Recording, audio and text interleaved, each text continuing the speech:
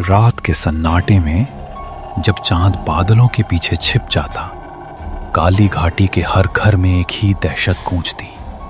दरवाजों पर पड़ती बेजान उंगलियों की भयानक थाप।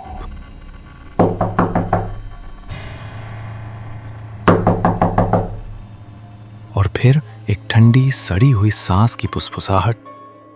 इनायत, हमें चाहिए इनायत।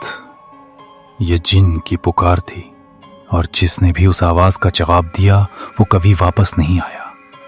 ये केवल एक किंवदंती ही नहीं थी, ये मिश्रीपुर के छोटे से गांव की हर साल की कड़वी सच्चाई थी। गांव के लोग मानते थे कि ये किसी पुराने गुनाह का श्राप है, जिसकी सजा उनकी मासूम पीढ़ियों को भुगतनी पड़ती थी। कहा जाता था कि सदियों पहले गांव के मुखिया ने एक जिन के साथ धोखा किया था, जिसके बदले में जिन ने ये अभिशाप दिया था। हर साल जिन्नों का सरदार, जिसकी पहचान काले धुएं के एक विशाल पुतले की थी, गांव से एक मासूम बच्चा उठा ले जाता। गांव के सबसे अनुभवी बुजुर्ग पीर बाबा ने बताया कि इन जिन्नों का पेट बच्चों की मासूमियत से भरता है और उनकी ताकत बच्चों के रूहानी नूर से बढ़ती है। इस साल जिन्नों की बुरी नजर एक 10 साल के मासूम लड़के अजीम पर पड़ी। अजीम की मां सलमा एक साधारण सीधी सादी औरत थी, लेकिन उसके अंदर अपने बेटे के लिए एक शेरनी का साहस छिपा था। वो इस साल अपने बच्चे को जिन्नों का शिकार नहीं बनने देना चाहती थी। जब रात को दरवाजे पर वही भयानक थाप पड़ी, तो सलमा ने अपने कलेजे पर पत्थर रखकर अजीम को एक पुरानी जीर्ण शीर्ण कुटिया में छिपा दिया और खुद दरवाजे के पास खड़ी हो गई। जिन्न ने पुकारा, सलमा, इनायत, हमें चाहिए, हमें चाहिए। उसकी आवाज इतनी गहरी थी कि सलमा की हड्डियां तक कांप उठी। सलमा ने कांपते हुए जवाब दिया, इनायत इस घर में नहीं है, आज तुम वापस जाओ। जिन्न का ठहाका गूंजा, तू हमें धोखा नहीं दे सकती। इनायत की मासूमियत की महक हमें यहां तक खींच लाई है।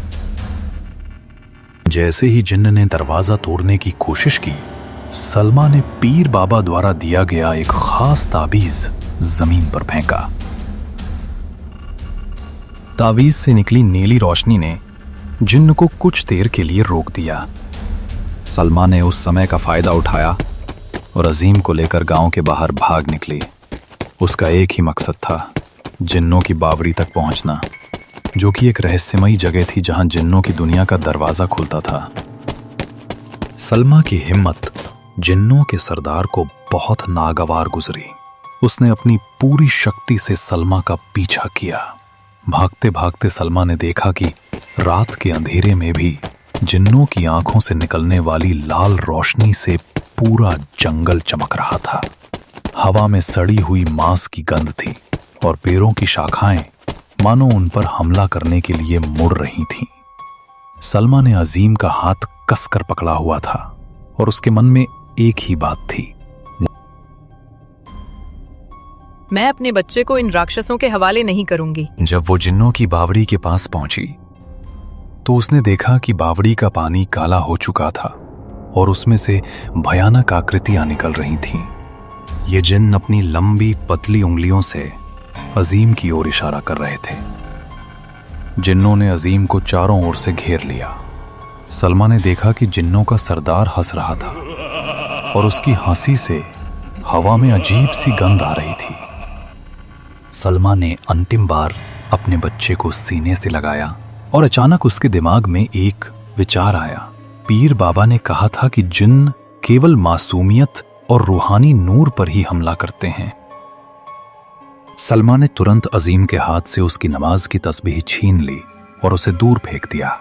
तस्बीह से निकली रोशनी बुझ गई सलमा ने अजीम को जबरदस्ती अपनी मुट्ठी खोलने के लिए कहा, जहां उसने एक खास दुआ लिखकर रखी थी। अजीम ने झिझकते हुए मुट्ठी खोली और जैसे ही उसने मुट्ठी खोली, दुआ की रोशनी एक भयानक चीख के साथ बुझ गई। उस चीख के साथ अजीम की आंखों में मौजूद मासूमियत और नूर भी कहीं गायब हो गया। उसकी आंखें एकदम खाली और बेजान हो गईं। जिन्नों का सरदार अपनी शक्ति से ये सब देख रहा था। उसने क्रोध में आकर कहा, तूने क्या किया?